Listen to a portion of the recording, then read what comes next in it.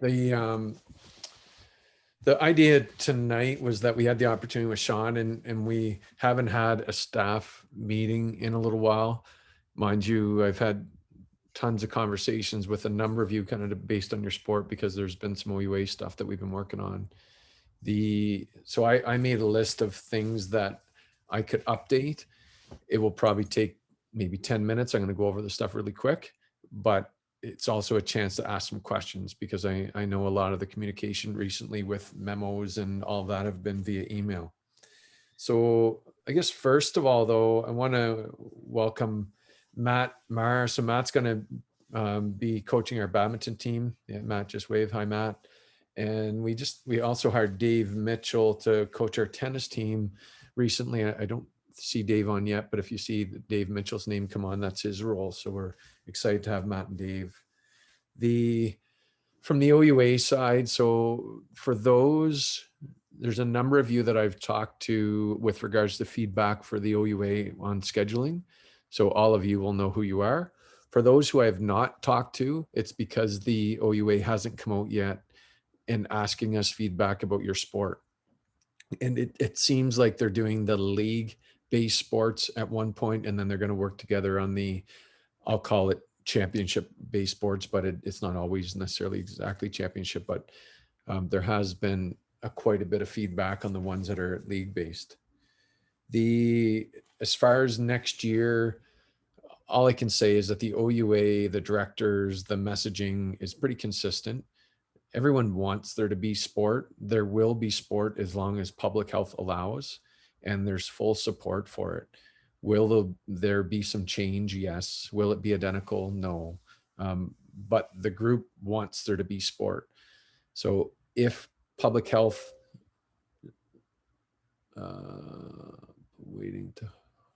sorry. There's a bunch in the waiting room that I didn't catch. I've got a few people messaging me.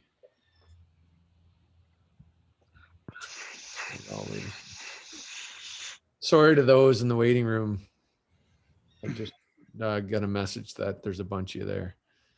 So a quick hi to, I see that Dave Mitchell just joined us. Dave is going to be our new tennis coach. Dave, if you don't mind waving there, if your audio's on, awesome. And I introduced Matt Maher earlier, but we just added 115 people. Matt's our badminton coach moving forward. So welcome to Dave and Matt. I was just talking a little bit on next year and seasons, just saying that the goal is to be playing. That's what the OUA wants. That's what we as coaches want. That's what directors want.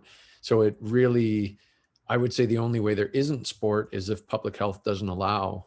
There isn't it really will depend on whether we're able to or not. As far as what exactly looks like, I don't think it makes sense to try to predict exactly what it looks like right now because there's so many variables. But I did mention that many of you, the league-based sports, have already had some feedback with me and Rolly, and that's continued. And then for the non-league-based sports, we expect there will be some feedback coming that we'll require from you. And if there is, we'll reach out to you and get some feedback from you before we respond to the OUA. The facilities. So I think all of you are aware facilities are closed. We are starting to talk about what does it look like in May through August. Again, assuming we're back in facilities, what the next step is that the facilities biz ops is currently creating, I'll say a calendar. I don't know if it'll be in calendar form, but a calendar of our team's past facility expectations. So that would probably date back to 2019 because last year we were in the similar state we are in right now. And so what we're trying to do is we're trying to get away from the open calendar concept where all of you get sent a calendar and said, fill in what you want and send it back, because be honest with you, it ends up leading to probably some frustration from some of you because you may fill out stuff feeling you're going to get whatever you fill out. It's a lot of work for the biz ops because they're taking these fresh calendars every term, really 3 times a year, and inputting it as if it's brand new. And what we're aiming to move towards is kind of picking up and dropping terms into the equivalent next year, just understanding that there's always a chance there'll be some tweaks. They'll, you know, whether that's an expectation we have from our end that you can't have everything you had, or we need this hour back, or there's this agreement, or can you shift this hour? There's always going to be that. But we're looking at a model of tweaking what was there before, opposed to this feeling of a blank slate each term. So that will be coming. I don't have that yet. And once I have it, then it'll likely be Chris Gilbert and I are the ones that do most of the communication with you with regards to scheduling. So we will reach out together and get some feedback from you on that, and then move forward so that you can communicate to your athletes and you know what's available. The committed recruits is a question that's come up a bit. So normally at this time of the year, without COVID, if you had a committed recruit for next year, so a recruit that's entering in September 2021, they may have, if they're in town, trained with your team. So a couple of things have happened with COVID. So one, as many of you know, to get into our facilities to train, assuming that we still have the same process, you have to be registered and do a few modules and have a walk card and actually tap in and sign in. So that's kind of what led to the discussion is, can we get non-students into our facilities to train with their team? That also then led to, okay, is our current waiver process with regards to COVID, will that cover that person, that athlete? Which also then led to, hey, should we even be doing this? And if we do, what should they provide it to us?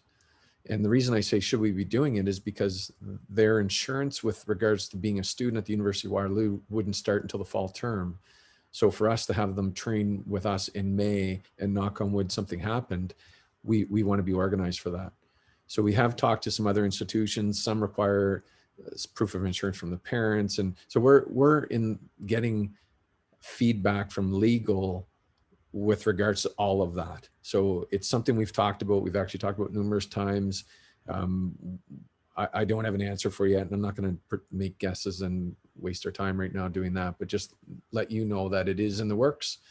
We do want to build a process, and it might be different moving forward than it was before, because in reality, we probably shouldn't be just letting them into our facilities without some form of documentation signed and some form of insurance that's provided to us. Any questions on any of that stuff so far? Can I just make a comment, Brian, if you can hear me? I can, Graham. Yep. It's Graham from Rugby. Just to make the point, in terms of the facilities booking for the remainder of this academic year anyway and through the summer, from a rugby perspective, if you go back 2 years, I suspect there were no bookings because it would be a downtime for rugby. Because we're in an exceptional situation right now, it would appear from all the conversations I'm having elsewhere that our OUA or our university rugby season in September could be the only rugby played this year in the province. In which case, because of that, we won't be having our players playing senior rugby during the summer. So we will want to do something for them as part of the university. So I'm just trying to make the point, for now, it's still an exceptional circumstance. It's not a normal year by any stretch of the imagination for us in terms of facilities. Yeah, that's good, Graham. Good point. Like, I thought you were going to go in the direction that you weren't here at that point, and rugby may not have booked anything, which is also the case. So just know, we have on the call here, we have, I think, 5 coaches that weren't in their roles 2 years ago. Could be wrong with that, but we'll obviously talk to those coaches, even though, and not say, oh, the coach before you didn't book in July, we're not going to let you book. Like, we're going to obviously work with you. I appreciate that, and I wasn't here, but it's not that. Even though I wasn't here, we probably follow a similar pattern to 2 years ago if it wasn't for the fact that we're in this. And I don't know how other sports are set, but it really does look like we're going to be the first people to play rugby this year, the way things are panning out. Everything else isn't going to get off the ground. Yeah, so the other thing that relates to that we're, Rolly and I are waiting on, and it's been talked about in our directors meetings, is what is going to be allowed in this air quote out of season time. So that is something that feedback was requested from the directors. The OUA has shared a little bit of that, and we're expecting there'll be some definitions on what is allowed prior to next year's season. And again, there's these hesitations from all of this stuff, because normally we know that our season would kind of, for all of us, start somewhat on September 15th. There were start dates for 9 or 10 of our sports. All of those things are still in flux due to COVID. So Graham and others, that will also be one thing that will be taken into account, is obviously what we're allowed to do within our governing body. So once we have clarification on that, then we can also have better discussions about facility time, what's available, the usage, and all that stuff. Hoffer, you have your hand up. Yeah, just if you are in conversations with legal, we're trying to initiate some virtual screening of recruits who are especially out of province. Maybe could we flag that with legal as well to see if there's anything we should be aware of there? Buddy, you gotta chill out for a second. Like from a virtual side, Hoffer? Yeah, like if we're doing, screening and any prescriptions from there, kind of if there's any legal issue that we might face. Okay, that's a good point. Okay, so as a couple other things, quick updates. So the excellence update, the excellent committee. So there, I haven't shared with you any updates recently. We still have been doing work. So the subcommittees met. You were shared from either Laura, myself, Kim, or Hoffer. We shared what the overall collective vision was going to be. We grouped, basically there were parts from the different committees that could be combined. Some were isolated. We then met with Rolly, the group of 4 of us, and Rolly probably 10 days ago now.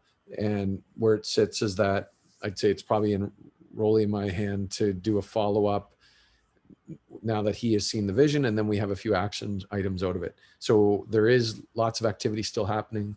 We will be update you at some point, just when it makes the most sense to give you the feedback, and we'll probably do some sort of meeting or subcommittee meeting. But there is development. To me, it's awesome. And thanks again to all of you for the time you've put in, or even just completing the survey a few months ago has been very helpful as well.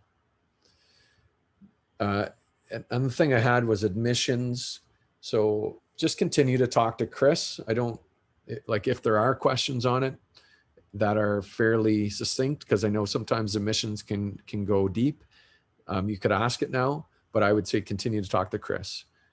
My one comment would be, and I know I'm speaking on behalf of Chris here, is we've continued to do lots of works to navigate different avenues to find what we deem to be a bit more successful when it comes to admissions. Both of us, again, knock on wood, feel to this point things have gone well. I know Chris has ramped up expectations on us as coaches, that our athletes, for example, complete the AIF before we even consider bringing them to the next level. That's been very helpful. You might find it annoying. I personally do sometimes, but it's also been helpful and led to some answers, if you will, or sometimes we always want to get them in, but sometimes an answer is helpful as well. So continue to talk to Chris. He's in, well, I'd say it's at a minimum, it's weekly because he has standing meetings, but it turns out he's probably talking with the registrar probably 3 times a week and lobbying on your behalf for some recruits and trying to get some answers. If there's a question for Chris, we have him here, feel free to ask, but if not, we can leave it at that.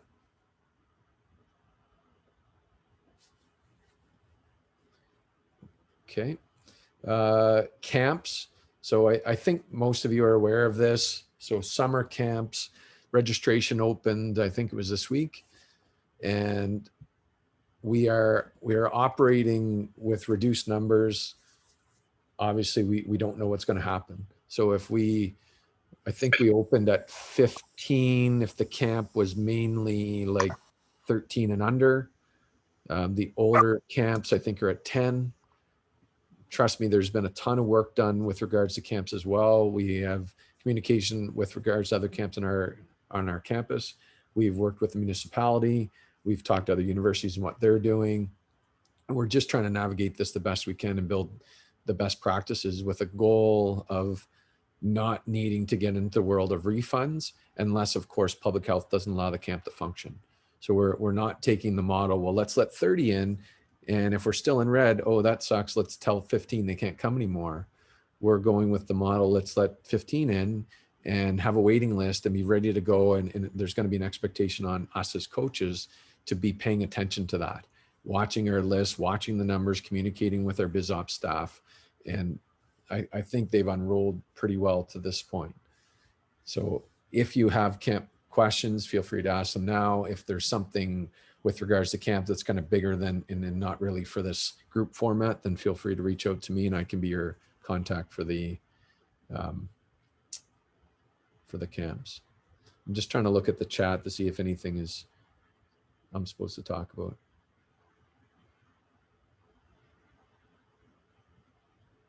Is there, Marsh, what did you write something I should be reading here? No. Just No, Brian, I thought I was copying somebody else. I put out to everyone. I'm an idiot. Women's basketball has a new commit. We're excited.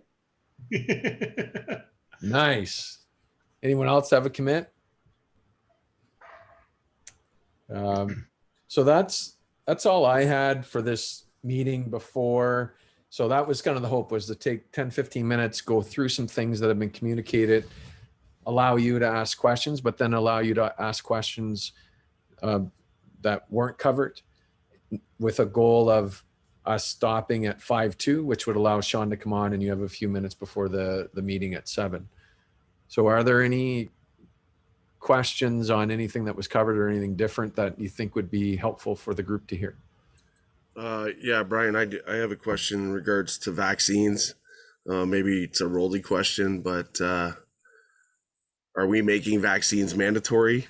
I think we should be, but that's an open discussion we've had as head coaches in OUA football. All 11 schools agreeing that it's a privilege to play university sport, not a right. So they have a right to choose whether they take a vaccine and play, or if they don't want to take it, then unfortunately under the circumstances can't play. We don't make the rules, but I don't know where everybody stands on that. But certainly with a roster of 110 people, it's an issue for football. So just throwing it out there, because I don't know if the topic's been spoken about, but I think it needs to be addressed. Go ahead, Rolly. Yeah, so I mean, I'm sure we all have our personal opinions. I think institutions, or the discussion at the board level, I guess, of the OUA will be where the league makes a decision around that. And I know, and Laura can chime in here if she wants, but I know that group has had conversations, but also there's medical experts at the board table for the OUA to talk about vaccines, testing. I mean, for me, that will be decided. And, I think we want to provide a safe environment. I think the other thing is that we want to determine our own protocols on our own campus, for instance, but how does that work when we travel to other schools if protocols are different and so on? So there's lots of work to be done. We just had a call, I guess that was yesterday again. The conversation around vaccines and them being mandatory has not been at our table. So I think, we all might have a different opinion on that. I think that, we need to get to a point that all of our student athletes have the opportunity to receive the vaccine first. And then we'll need to decide as a league, but also as an institution, because there will be obviously legal around that of, we can all say it's a privilege for student athletes to compete, but I'm not sure we can get into the language of mandatory without, without some support behind us to do so. So I think, but I think the league, that is on the radar of the league, and the process in which to create that safe environment on every campus for every event. that our athletes might compete in. So lots of work to go, Bert, for sure. And ideally would be, I think we all have the vaccine for sure. Anyone else with any questions that you feel would be good for the group? I got one for you, Brian. Maybe you can just elaborate on the eligibility and the AFA eligibility for next year, based on what's everything that's happened this past year, because it can be a little confusing. Yeah, put me on the spot on that, Gilbert. Read Well, I the, can tell you what I think I know, but no, I got a question for Chris. Where'd you get that beard? Where'd that show? I last time I saw you, yeah, it's been a couple months or what? you a shaved, couple days. you shaved this morning, Caesar. The so for AFAs, in short, and Chris, if I miss something that you think is important, just jump on, or if it create any questions. So if you receive an AFA, so Athletic Financial Awards, which lots of our athletes do, and lots of our female athletes do, kind of beyond our males with the money that we offer, in order to get an AFA in 21-22, then all of the regulations stay in place. So that would be your minimum 18 credit hours, so six half credits, and then your minimum 70% average. So if you receive an AFA in 2021, then in order to receive an AFA in 21-22, you have to meet all the requirements as if we played. The eligibility to play isn't impacted by that because we aren't playing this year. So you could mess up your courses and not get your credits or fail out or whatever. You could still play next year because you weren't in the year that you consumed eligibility, but you wouldn't be eligible for an AFA. Where this year can be beneficial for some athletes is if they came out of 19-20 ineligible to play and or receive an AFA, this year can be used to get back and be ready and be eligible to play for 21-22. So the decisions around this were truly, in my opinion, student centric. And it was just to create supports and opportunities for the student athletes. So Chris first, if you think I worded something incorrectly, and then others if you want a clarification. No, that's perfect. Lauren and I are actually going to run a report from the registrar's office just to get the lowdown on all the courses that all the athletes have taken. But I think it's just a good reminder for all the coaches that if you're going to be giving out AFAs for next year to a returning athlete, just ensure that they've passed the 18 credit hours this past year. Like we have a checking process in place that we do. Well, it becomes weekly on our athletes in season. It's a little less frequent right now, but that you having the knowledge and the athletes having the knowledge is the best vehicle, because we may miss something, which obviously we don't want to do. So I would say you communicating and reminding your athletes would be step one. And then knowing that we are doing processes to regularly check our athletes, that we don't catch anything too late. Okay, so that's it's just about 5:02. I assume, Sean, we have the same login for the presentation at 7. Reegs and DA, you're the two that I kind of talked to the most about Sean's tonight. Either one of you want to share any comments with the group before we go and give everyone a couple minutes before they come back on? Go ahead, Riggs. This is kind of your idea, not to put you on the spot. I can Oh, no speak. problem at all. So I had a good conversation with him this week. He's coaches DL will introduce him. So he coaches a men's basketball team at Laurentian. And actually he's a Team Canada national player as well, former player. So really great stories about to tell us, and about some issues within his team, within the minority group. So the black players on his team. And he just, he's been there for 15 years. And when he started, pretty white team, I guess you could say that he said. And over time, he's kind of created that group and created an excellent program there. So he's got probably about a mix, half and half of his team right now, and had some issues with some aggressions within the team. As far as I know, I don't know about community or opponents, but he has a great story to tell how he handled it, and yeah, just be open-minded. And it's great for us, especially myself as a white privileged male in hockey. It'll be great to hear his stories and how we can deal with our team moving forward. So that's kind of the reason we brought him in, is to support us in working with BIPOC student athletes. So, and even in recruiting, I think he's got a great story to tell about. He recruits in marginalized areas and minority areas, so might be something for us to look at as well. From women's hockey point of view, there's not a lot of Black athletes in hockey, but we have our first BIPOC athlete coming in 2022. So it's really important for Dolly and myself to lay the groundwork for that female student athlete coming in 2022. So really looking forward to what he has to say tonight, and yeah, keep an open mind. And he's, he doesn't claim to be an expert, but he has a great story. And yeah, if you have questions, he's open to questions as well. So DA is going to moderate the meeting and introduce him. So yeah, enjoy. Be a great story. Thanks, Riggs. The one thing I'd say is that unless I'd encourage you to leave your cameras on, for those of you that have been at the talking end when there isn't the cameras, it's definitely a different feel. So obviously if your camera is showing something that none of us want to see, then turn your camera off.